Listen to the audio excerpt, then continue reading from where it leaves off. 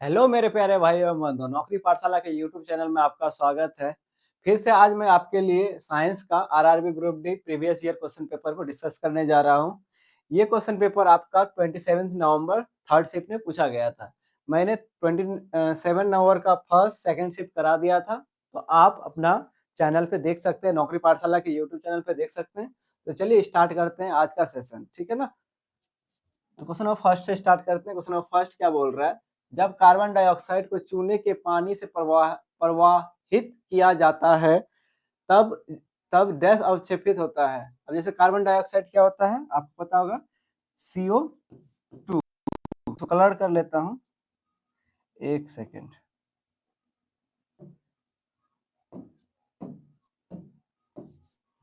ठीक है। तो CO2 को जब कार्बन डाइऑक्साइड को चूने के पानी से प्रवाहित किया जाता है, चूने के पानी के कैल्शियम हाइड्रोक्साइड CaOH2 से प्रवाहित किया जाता है, तो क्या फॉर्म होता है, CaCO3 और प्लस जल का फॉर्मेशन होता है। तो CaCO3 का प्रेसिपिटेट मिलता है कब, जब कार्बन डाइऑक्साइड को किससे, चूने के पानी से प्रवाहित किया जाता है, रिएक्शन कराया जाता है, तो कैल्शियम कार्बोनेट प्लस जल का निर्माण होता है, यानी कैल्शियम कार्बोनेट बोले तो ऑप्शन डी आंसर हो जाएगा आपका इस क्वेश्चन का। ठीक है, तो आप देख सकते हैं कार्बन डाइऑक्साइड गैस है इसमें।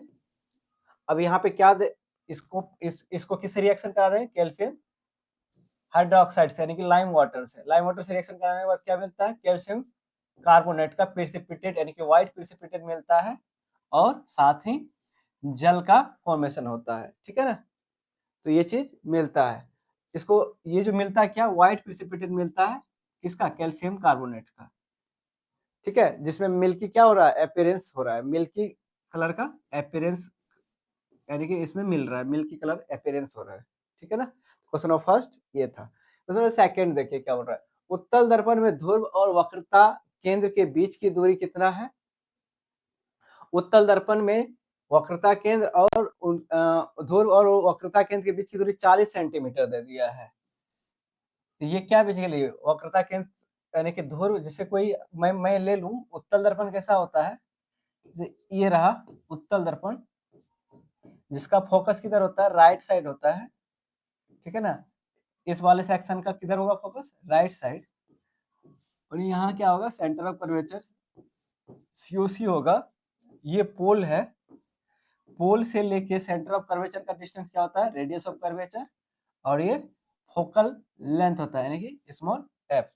ठीक है ना, तो अब बोल रहा है उत्तल दर्पण में ध्रुव, यानी कि ये ध्रुव और वक्रता केंद्र के बीच की दूरी कितना है, प्लस 40 सेंटीमीटर है।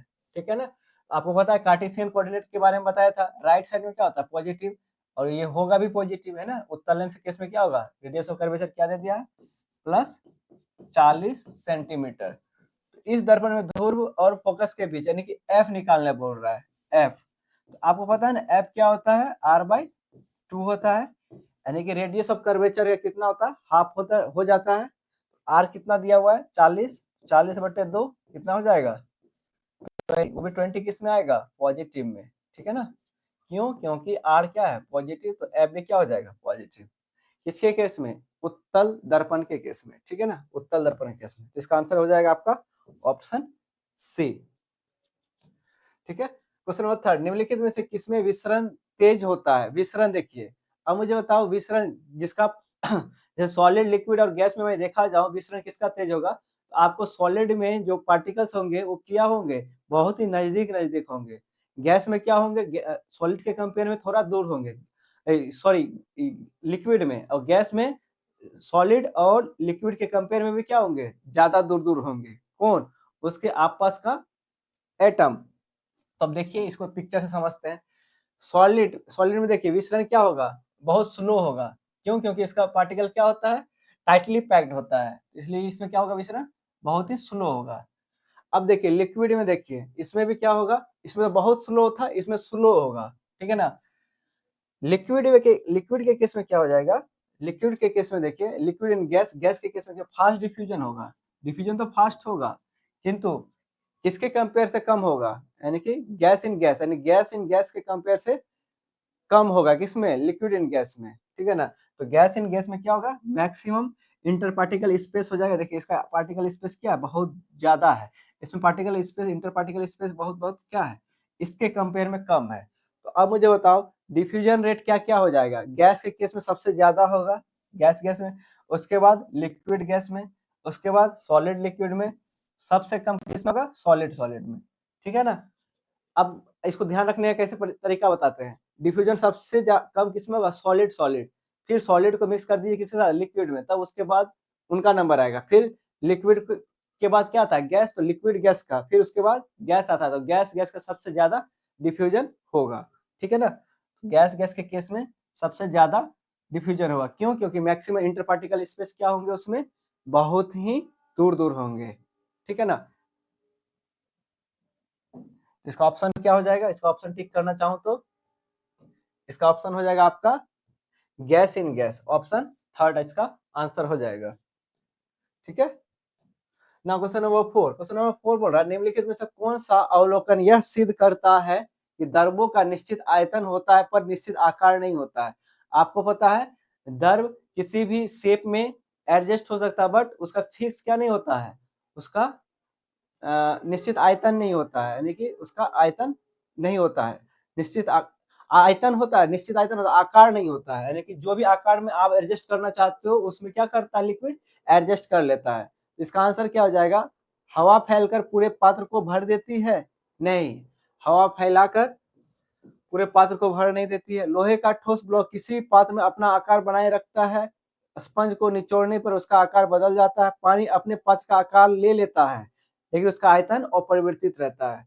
बिल्कुल राइट ऑप्शन क्या हो जाएगा, ऑप्शन डी, पानी अपने पात्र का आकार ले लेगा और उसका आयतन क्या हो जाएगा, अपरिवर्तित रहेगा, यानी कि रिमेन क्या हो जाएगा, चेंज, यानी कि कांस्टेंट रहेगा, चेंज नहीं होगा, ठीक है ना। तो अब इसको समझते हैं, देखिए इधर सॉलिड में देखिए शेप क्या है, फिक्स शेप है एंड फिक्स वॉल्यूम भी है। इसका शेप एंड साइज क्या होता है, फिक्स होता है। इसमें क्या हो जाएगा, डिफिनिट शेप होगा और डिफिनिट वॉल्यूम होगा। क्यों, क्योंकि इसके पार्टिकल क्या होते हैं, टाइटली पैक्ड होते हैं, किसमें, सॉलिड के केस में, यानी ठोस में। अब बात करूंगा मैं लिक्विड के केस में, लिक्विड में से कोई फिक्स शेप नहीं होता है। देखिए ये आपका कैसा शेप है, गोलाकार, इसमें देखिए ये सिलेंड्रिकल शेप में भी एडजस्ट हो गया, आपका सर्कुलर सर्कुलर सेक्शन में भी शेप ले लिया। इसका कोई फिक्स शेप नहीं होता है, किसका, लिक्विड का। किंतु वॉल्यूम क्या होता है, वॉल्यूम आयतन क्या होता है, डिफिनिट होता है, यानी कि निश्चित होता है, ठीक है। यह किसी भी शेप में ग्रहण कर सकता है, ठीक है ना। अब गैस के केस में देखिए ना, इसका डिफिनिट शेप होता है ना ही डिफिनिट वॉल्यूम होता है, ठीक है ना। इसका रेंडमनेस होता है, तो इसमें फिक्स शेप भी नहीं होता और फिक्स वॉल्यूम भी नहीं होता है, किसके केस में, गैस के केस में, ठीक है ना। और expand to fill container, but इसको फिल किया था इसमें कंटेनर एक्सपेंड करने, गैस में क्या देखिए फिक्स शेप भी नहीं है, फिक्स वॉल्यूम भी नहीं है, ठीक है। तो इसका आंसर क्या हो जाएगा इस क्वेश्चन का, आप देख सकते हैं, तो बोल रखा था निम्नलिखित में से कौन सा अवलोकन यह सिद्ध करता है कि द्रवों का निश्चित आयतन होता है और निश्चित आकार नहीं होता है, क्योंकि पानी अपने पात्र का आकार ले लेता है लेकिन उसका आयतन अपरिवर्तित रहता है, ठीक है ना। इसका आंसर ऑप्शन डी करेक्ट हो जाएगा मेरे भाई। ना क्वेश्चन नंबर 5, क्वेश्चन नंबर 5 बोल रहा है आपको निम्नलिखित में से कौन सी विधि में जंग से बचाने के लिए स्टील और लोहे पर जस्ता का परत चढ़ाई जाती है, ठीक है। जिंक, जिंक से क्या करते हैं, गैल्वेनाइजेशन करते हैं, गैल्वेनाइजेशन का उसमें लेयर चढ़ाते हैं, किस पे, जो भी मटेरियल में जंग लग जाता है, जैसे स्टील है, लोहे है, उसमें जंग से बचाने के लिए हम लोग क्या करते हैं, उसमें गैल्वेनाइजेशन करते हैं, ठीक है, यानी जिंक की परत चढ़ाते हैं उस पर, ठीक है। तो उसमें क्या करते हैं, उस प्रोसेस को गैल्वेनाइजेशन कहते हैं। तो ऑप्शन डी क्या हो जाएगा, राइट आंसर। चलिए पिक्चर से देख लेते हैं। देखिए ये कोई आयरन प्रोटेक्शन से बिफोर का है, देखिए इसमें क्या लग रहा है, जंग लग गया है। अब इसको क्या करेंगे, प्रोटेक्ट करेंगे, तो इसमें क्या कर देंगे, पहले ही इसके लेयर पे क्या लगा देंगे, गैल्वेनाइजेशन कर देंगे, किसका, जिंक का, मोल्टेन जिंक का। तो इसमें क्या नहीं लगेगा, ये यानी कि एटमॉस्फेयर से ऑक्सीजन और कोई ह्यूमिडिटी से रिएक्शन नहीं करेगा, रिएक्शन नहीं करेगा तो क्या नहीं होगा, उसमें जंग नहीं लगेगा। तो क्या करना चाहिए, मोल्टेन जिंक का उसमें गैल्वेनाइज कर देना चाहिए, किसमें, आयरन रड में या स्टील में, किसके बचाने के लिए, जंग से बचाने के लिए, ठीक है। नाउ क्वेश्चन नंबर 6, निम्नलिखित में से कौन सी कार्बनिक यौगिक संतृप्त है। अब संतृप्त बोले तो देखिए संतृप्त मतलब होता है जिसमें क्या हो, सिंगल बॉन्ड हो ओनली, ठीक है ना। संतृप्त यौगिक का मतलब होता है ओनली सिंगल बॉन्ड, ना ही डबल बॉन्ड ना ही ट्रिपल बॉन्ड। अब देखिए दो ब्रोमो एन, आपको बताया था एन इन आइन, एन इन आइन, ठीक है ना, एन इन आइन था। अब एन में क्या होता है, सिंगल बॉन्ड, इन में डबल बॉन्ड, इसमें ट्रिपल बॉन्ड। अब देखिए मुझे इन इन जो भी लगा हुआ है, इन देखिए डबल बॉन्ड वाला हो गया, ये तो नहीं होगा संतृप्त। इन आइन ये triple bond, an single bond, तो सिंगल बॉन्ड वाला आंसर हो जाएगा आपका, क्या हो जाएगा, ब्रोमो प्रोपेन, क्या हो जाएगा, संतृप्त यौगिक, संतृप्त कार्बनिक यौगिक हो जाएगा, ठीक है। तो इसका आंसर क्या हो जाएगा, सिंगल बॉन्ड वाला आंसर आपको सिलेक्ट करना है। तो नाम से ही आपको क्लियर है, एन इन आइन को हटा देना है, तो सिंगल बॉन्ड वाला है ब्रोमो प्रोपेन, ये क्या हो जाएगा आपका फाइनल आंसर। तो ऑप्शन डी इसका राइट आंसर हो जाएगा ना। निम्नलिखित में से किसमें सीधी श्रृंखला वाले हाइड्रोजन होते हैं, सीधी श्रृंखला वाले हाइड्रोजन, सीधी श्रृंखला मतलब उसमें कोई ब्रांच ना हो। जैसे ब्रांच देखिए किसमें हो जाएगा, इसमें 3 मिथाइल यानी कि पेंटेन दे दिया है, यानी 5 कार्बन होगा, 5 कार्बन में से 3 में क्या होगा, तीसरे में, जैसे ये 5 कार्बन है 1 2 3 4 5, इसमें इधर से या इधर से गिरेंगे तो क्या थर्ड में क्या होना चाहिए, मिथाइल होना चाहिए, यानी CH3।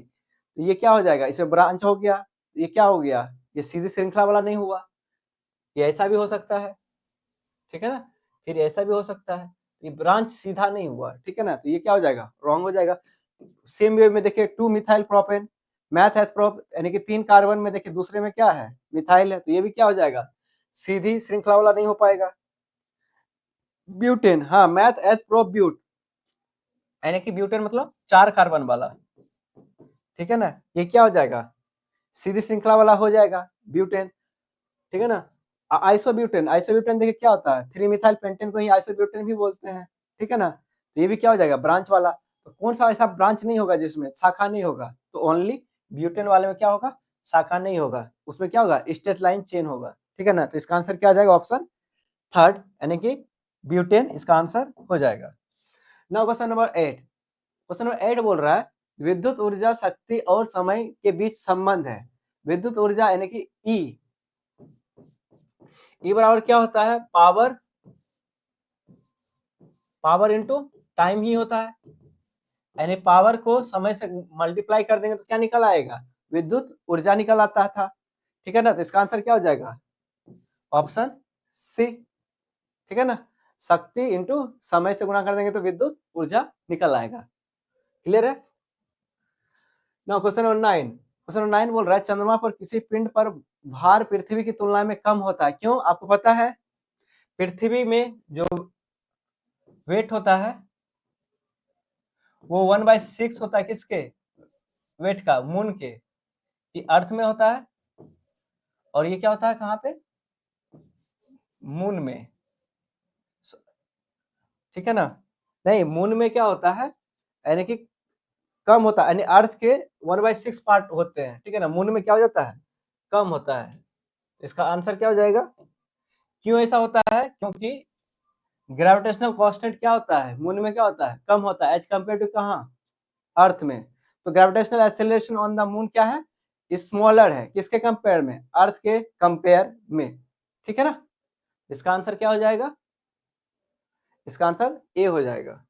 इसको हिंदी में नहीं लिखे हैं, अब इससे समझ सकते हैं ग्रेविटेशनल एक्सेलरेशन जो जी का वैल्यू होता है वो मून में क्या होता है, कम होता है, किसके कंपेयर में, अर्थ के कंपेयर में, इसलिए अर्थ का क्या होता है, वेट क्या होता है, ज्यादा होता है, किसके कंपेयर में, मून के कंपेयर में, ठीक है ना। इसका आंसर क्या आ जाएगा, फर्स्ट, क्लियर है। इसको रफ कर देते हैं, इसका जरूरत नहीं है यहाँ पे। नाउ देख सकते हैं यहाँ मून पे जी का वैल्यू क्या है, 1.6 मीटर पर सेकंड स्क्वायर, और अर्थ में देखिए जी का वैल्यू क्या होता था, 9.8 मीटर पर सेकंड स्क्वायर, ठीक है ना। इसलिए क्या होता है, मून में जी का वैल्यू कम होने के कारण क्या होता है, वहां पे ग्रेविटेशनल फोर्स यानी कि gravitational acceleration on the moon क्या होता है, स्मॉलर होता है, इसके कारण क्या होता है, पृथ्वी का भार क्या होता है, चंद्रमा का भार क्या होता है, कम होता है एज कम्पेयर टू किसका, पृथ्वी का भार से, ठीक है ना। Now question number 10, question number 10 बोल रहा है आपका, जब हम मैज को हल्के से मारते हैं तो उस उत्पन्न ध्वनि मंद होती है क्योंकि, चलिए इसको समझते हैं पिक्चर से।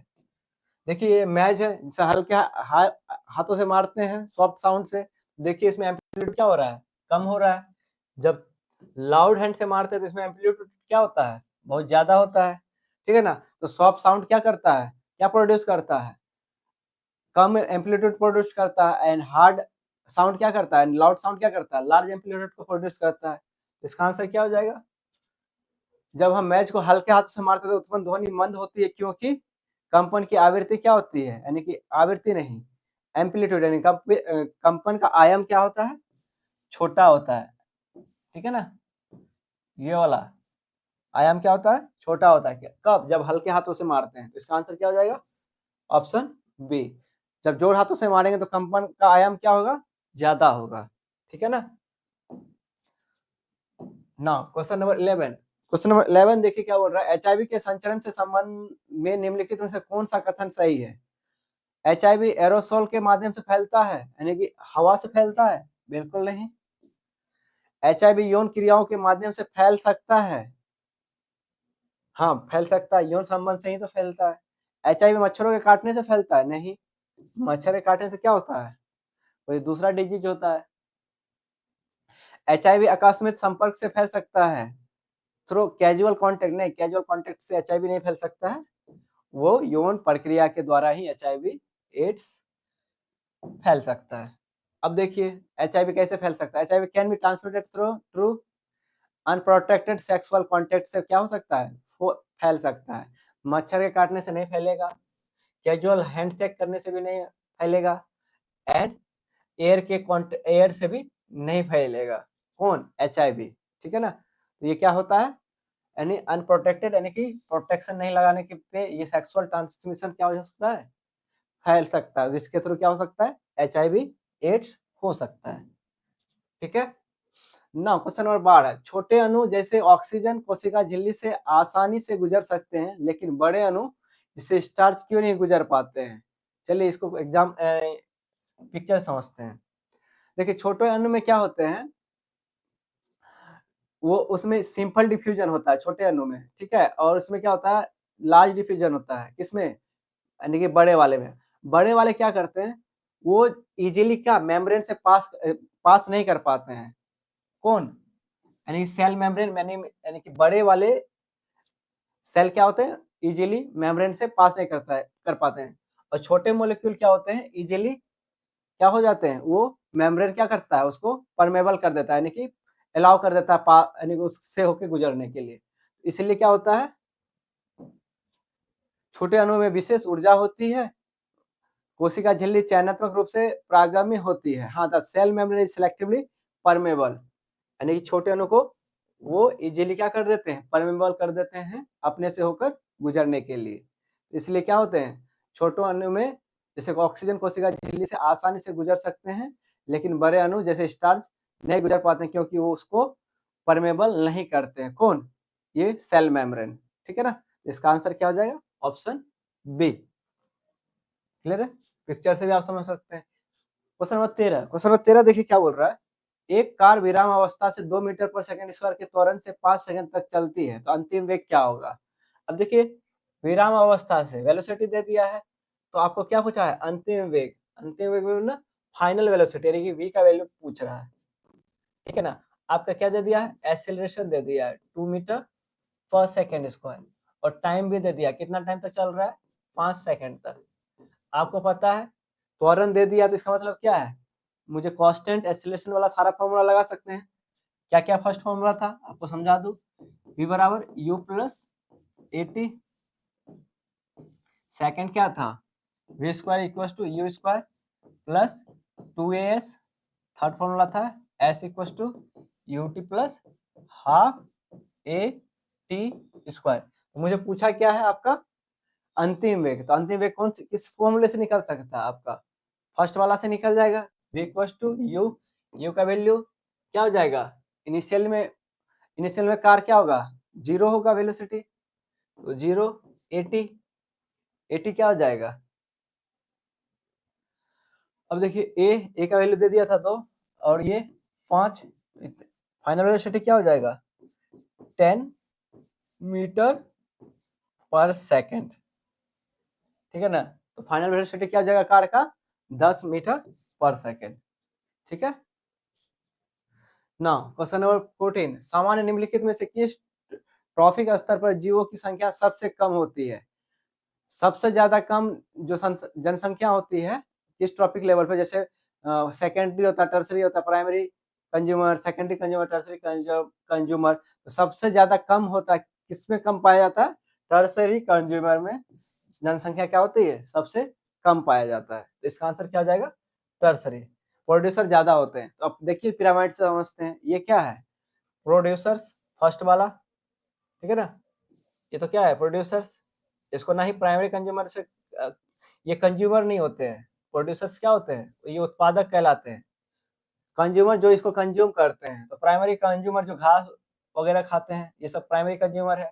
ये सेकेंडरी कंज्यूमर जो आपका प्राइमरी और कुछ ऐसे जंतु होते हैं सेकेंडरी में जो प्रोड्यूसर्स पे भी डिपेंड करते हैं और प्राइमरी कंज्यूमर पे भी डिपेंड रहते हैं।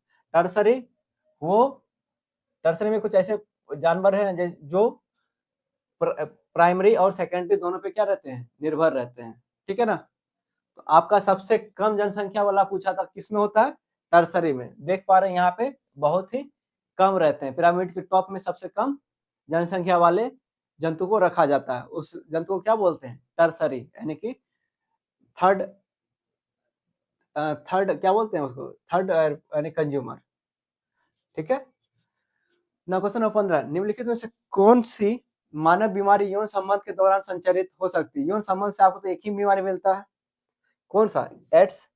मधुमेह नहीं होता है, मधुमेह तो क्या होता है इंसुलिन का कमी से होता है। कैंसर, कैंसर कब होता है जब अनवांटेड सेल का निर्माण हो जाता है अंदर, ठीक है ना। तो एड्स हो जाता है क्या एड्स होता है किससे यौन संचरण से, ठीक है ना, यानी कि यौन संबंध से क्या हो सकता है एड्स बीमारी हो सकता है। तो देखिए can be transmitted during sexual act, sexual transmission से एड्स यानी काउज बाय एचआईवी हो सकता है। बाद बाकी क्या देखिए प्रोटीन एनर्जी मल्टीप्लिकेशन नहीं, diabetes cancer these are not spread through sexual contact, sexual contact से कैंसर नहीं होते हैं, डायबिटीज भी नहीं होते हैं और यानी कि प्रोटीन का निर्माण भी नहीं होता है, ठीक है। क्वेश्चन नंबर 16, क्वेश्चन नंबर 16 देखिए क्या बोल रहा है निम्नलिखित में कौन सा गैसों का गुण है। गैसों का गुण देखिए क्या होता है कोई निश्चित आकार नहीं होता, कोई निश्चित आयतन भी नहीं होता। कुछ देर पढ़ाया था कुछ देर पहले ही। तो गैस के केस में क्या होता है पहले सॉलिड के केस में क्या होता है सॉलिड के केस में निश्चित आकार और निश्चित आयतन दोनों होते हैं। लिक्विड में केस में निश्चित आयतन होते हैं निश्चित आकार नहीं होते हैं लिक्विड के केस में, और गैस के केस में दोनों नहीं होते हैं, ना ही निश्चित आकार और ना ही निश्चित आयतन। इसका आंसर क्या हो जाएगा ऑप्शन ए हो जाएगा किसके केस में गैस के केस में, ठीक है ना। देखिए सॉलिड में देखिए फिक्स शेप है फिक्स वॉल्यूम है, पार्टिकल क्या है क्लोजली पैक्ड है। पार्टिकल देखिए इसके कंपेयर में इसमें क्या है थोड़ा दूर हो गया, इसमें फिक्स शेप नहीं होते हैं और फिक्स वॉल्यूम हो सकता है किसमें लिक्विड में। इसमें पार्टिकल कैन स्लाइडली मूव कर सकते हैं, इसमें नहीं मूव कर सकते हैं। इसमें तो बहुत ज्यादा मूव कर सकते हैं, रहते हैं सारे पार्टिकल मूव करने के लिए किसमें गैस में। बट इसका वॉल्यूम और आयतन वॉल्यूम और इसके शेप क्या होते हैं फिक्स नहीं होते हैं किसके केस में गैस के केस में। ये क्या होते हैं हाईली कंप्रेसिबल होते हैं, ठीक है ना। तो इसलिए इसका ना ही फिक्स शेप होता है और ना ही फिक्स वॉल्यूम होता है। ना ही फिक्स शेप मतलब आकार और आयतन दोनों क्या नहीं होते हैं फिक्स नहीं होते हैं, ठीक है। क्वेश्चन नंबर 17, क्वेश्चन नंबर 17 वाला लेंस द्वारा उत्पन्न आवर्धन एम वस्तु दूरी और प्रतिबिंब दूरी से किस प्रकार संबंध है। आपको दर्पण के केस में आवर्धन क्या होता था माइनस वी बाई यू, यानी कि प्रतिबिंब दूरी बटे यानी कि वस्तु दूरी, और एक फॉर्मूला होता था image height upon object height, यानी प्रतिबिंब का ऊंचाई और वस्तु का ऊंचाई का भी रेशियो होता था आवर्धन। अब ये किसके केस में था ये था मिरर के केस में, यानी कि दर्पण के केस में। मुझे किसके केस में पूछ रहा है? लेंस के केस में। लेंस के केस में आवर्धन जो होता है इसमें पॉजिटिव होता है, बस यहाँ माइनस होता है, यहाँ प्लस हो जाता है, और यहाँ सेम होता है। ये हाइट और हाइट ऑफ इमेज और बटे हाइट ऑफ ऑब्जेक्ट ये क्या होता है? सेम होता है। इसका कौन सा आंसर हो जाएगा आपका लेंस के केस में? Option D. आवर्धन बराबर क्या होता है? प्रतिबिंब दूरी बटे वस्तु दूरी। क्वेश्चन नंबर 18, निम्नलिखित में से किसकी अम्लता सबसे अधिक होता है? यानी कि पीएच का वैल्यू सबसे कम किसका होगा? तो सबसे अम्लता जिसका ज्यादा होता है नींबू का रस का, यानी कि दूध, वाटर और विंजर यानी सिरका, पानी। पानी का क्या होता है? 7 होता है। ठीक है, दूध थोड़ा सा कम होता है 7 से, तो ये भी एसिडिक ही होता है। लेमन जूस, लेमन जूस देखो नींबू का रस क्या होता है? पीएच वैल्यू क्या होता है? 2 के इक्विवेलेंट होता है लगभग लगभग। तो इसका क्या होता है? यानी कि अम्लता सबसे अधिक किसका हो जाएगा? नींबू का रस का। देखिए लेमन जूस वेरी एसिडिक होता है, इसका पीएच इक्विवेलेंट क्या होता है? 2 के अराउंड। ठीक है, मिल्क भी देखिए स्लाइटली एसिडिक होते हैं, यानी कि लगभग लगभग 7 से थोड़ा कम ही होते हैं, किंतु लेमन से क्या होता है? कम होता है एसिडिक। विंजार देखिए लेमन सबसे ज्यादा था इस वाले ऑप्शन में, उसके बाद सिरका का, उसके बाद मिल्क का, उसके बाद किसका नंबर आएगा? वाटर का। वाटर ना ही एसिडिक होते हैं ना ही बेस होते हैं, क्या होते हैं? उदासीन होते हैं। इसका आंसर क्या हो जाएगा? लेमन। ठीक है, लेमन क्या हो जाएगा? इसका अम्लता सबसे अधिक होगा। ना क्वेश्चन नंबर 19, क्वेश्चन नंबर 19 क्या बोल रहा है? देखिए एम के जी वाले द्रव्यमान एक पिंड में एच हाइट तक रखा जाता है तो इसकी स्थिर ऊर्जा, आपको पता है पोटेंशियल एनर्जी क्या होता है? ठीक है, कोई भी ऑब्जेक्ट है उसमें वेट कितना लगेगा? mg। ठीक है, और कितने हाइट तक उसको लाना है? ऊर्जा निकल आएगा, उसको h से मल्टीप्लाई कर देंगे तो mgh क्या हो जाएगा? उसका पोटेंशियल एनर्जी, स्थितिज ऊर्जा। इसका आंसर क्या हो जाएगा? Option D. Now question number 20, question number 20 बोल रहा है 5 कूलम आवेश और 15 वोल्ट के विभवांतर वाले दो बिंदुओं के बीच ले जाने वाले कितना कार्य किया जाता है? आवेश देखिए Q बराबर क्या है? 5 कूलम, और विभवांतर का वैल्यू क्या है? 15 वोल्ट। कार्य बराबर जो होता है Q इंटू V हो जाता है। इन दोनों को क्या कर देंगे? मल्टीप्लाई कर देंगे, तो 15 पचे 75, और वर्क का ऐसा यूनिट क्या होता है? जूल हो जाता है। 75 जूल क्या हो जाएगा? इसका आंसर हो जाएगा ऑप्शन डी, करेक्ट हो जाएगा ना। क्वेश्चन नंबर 21, क्वेश्चन नंबर 21 बोल रहा है किस कोशिकांग में एटीपी उत्पन्न करने वाली रासायनिक अभिक्रियाओं के लिए पर्याप्त सतह क्षेत्र होता है? आपको बता दूं एटीपी एक एनर्जी है, ये कहाँ उत्पन्न होता है? ये आपका माइटोकॉन्ड्रिया में, यानी कि सेल के माइटोकॉन्ड्रिया में इसका निर्माण होता है एटीपी का। ठीक है ना, तो इसका आंसर क्या हो जाएगा? माइटोकॉन्ड्रिया। चलिए इसको पिक्चर से समझते हैं। ये देखिए, ठीक है, ग्लूकोज फॉर्म कर रहा है माइटोकॉन्ड्रिया, माइटोकॉन्ड्रिया बाद में क्या बनता है? वो एटीपी सेलुलर रेसिप्रेशन यानी एटीपी का निर्माण करता है, किसके थ्रू? माइटोकॉन्ड्रिया के थ्रू। ठीक है ना, तो ये क्या है आपका एटीपी जेनेटिक रिएक्शन है। देखिए यहाँ पे क्या हो रहा है? एटीपी का निर्माण हो रहा है, कहाँ पे? माइटोकॉन्ड्रिया के अंदर। ठीक है ना, तो इसका आंसर क्या हो जाएगा? माइटोकॉन्ड्रिया ना। क्वेश्चन नंबर 22, निम्नलिखित में किस तत्व का परमाणु त्रिज्या सबसे अधिक होता है? परमाणु त्रिज्या जो होता है वो डाउन द ग्रुप, जितना एलिमेंट डाउन जाइएगा ग्रुप में उससे सबसे ज्यादा किसका हो जाएगा? उसका परमाणु त्रिज्या सबसे ज्यादा रुबिडियम का हो जाएगा। ठीक है ना, जो जितना नीचे रहेगा ग्रुप में उसका क्या होगा? परमाणु त्रिज्या उतना ही अधिक होगा। तो ऑप्शन डी का यानी कि रुबिडियम का परमाणु त्रिज्या सबसे ज्यादा होगा। देखिए पिक्चर से, देखिए लिथियम का जैसे जैसे ग्रुप से डाउन हो जाएंगे तो उसका सबसे ज्यादा किसका होगा? रुबिडियम, उसके बाद कैल्शियम, उसके बाद सोडियम, उसके बाद लिथियम। तो लिथियम का क्या होगा? परमाणु त्रिज्या सबसे कम, उसके बाद सोडियम का, उसके बाद पोटेशियम का, उसके बाद रुबिडियम का। तो रुबिडियम का साइज क्या होगा? सबसे ज्यादा होगा एल्कली ग्रुप में। इसका आंसर क्या हो जाएगा? रुबिडियम। ठीक है, option option D. Question number 23, कौन सा पौधा पत्ती के किनारे पर कलिकाओं द्वारा अलैंगिक प्रजनन करता है? यानी असेक्सुअल रिप्रोडक्शन। कौन सा पत्तियां ऐसा करता है? तो ये आपको पता होना, आम के केस में तो आम का प्रोडक्शन कैसे होता है? गुठली से होता है। हाइड्रा तो कोई क्या बोलते हैं, ये तो कोई पौधा है नहीं, ठीक है। तो ब्रायोफाइलम जो होता है, इसमें जो होता है पत्ती के किनारे, पौधे के पत्ती जो होते हैं, पत्ती के किनारे किनारे क्या होता है? कलिकाओं का यानी कि अलैंगिक प्रजनन होता है। किसमें? ब्रायोफाइलम में, ठीक है। चलिए दिखाते हैं पिक्चर से कैसे होता है।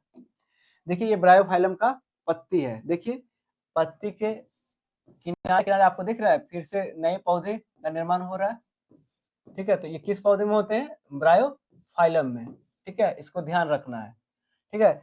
मैंगो में देखिए किससे होता है? सीड से होता है, यानी बीज से होता है। हाइड्रा क्या है? प्लांट नहीं है, ठीक है। ये क्या है? नॉट ए प्लांट, एनिमल है हाइड्रा, ठीक है ना।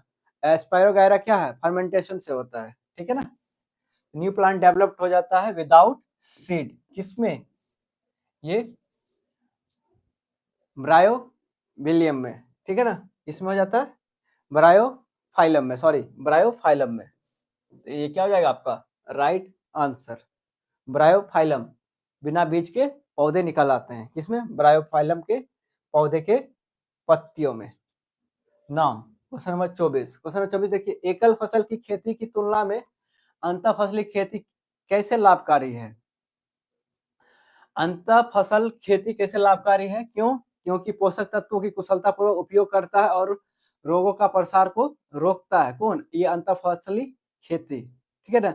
सिंचाई की आवश्यकता बढ़ाता है, कम भूमि की आवश्यकता होती है, श्रम लागत कम करता है। नहीं, ऐसा कोई बात नहीं, श्रम लागत कम नहीं करता है। कम भूमि की आवश्यकता होती है अंतर फसली खेती में, नहीं ऐसा भी कोई बात नहीं है। सिंचाई की आवश्यकता बढ़ाता है, सिंचाई की आवश्यकता और बढ़ा देगा, नहीं। पोषक तत्वों का कुशलतापूर्वक उपयोग करता है और रोगों के प्रसार को रोकता है। कौन? ये अंतर फसली खेती, इसलिए ये क्या है? लाभकारी है। तो ऑप्शन ए क्या हो जाएगा? आंसर हो जाएगा। देखिए ये सिंगल क्रॉप फार्मिंग है, ठीक है। इसको मोनोक्रॉपिंग भी बोलते हैं, सिंगल क्रॉप मोनोकल्चर, ठीक है। देखिए इसमें क्या हो रहा है, ये देखिए higher risk of disease spread कर सकता है। कौन? ये कीड़े मकोड़े, ठीक है ना। इसी को बचाव करने के लिए क्या क्या था?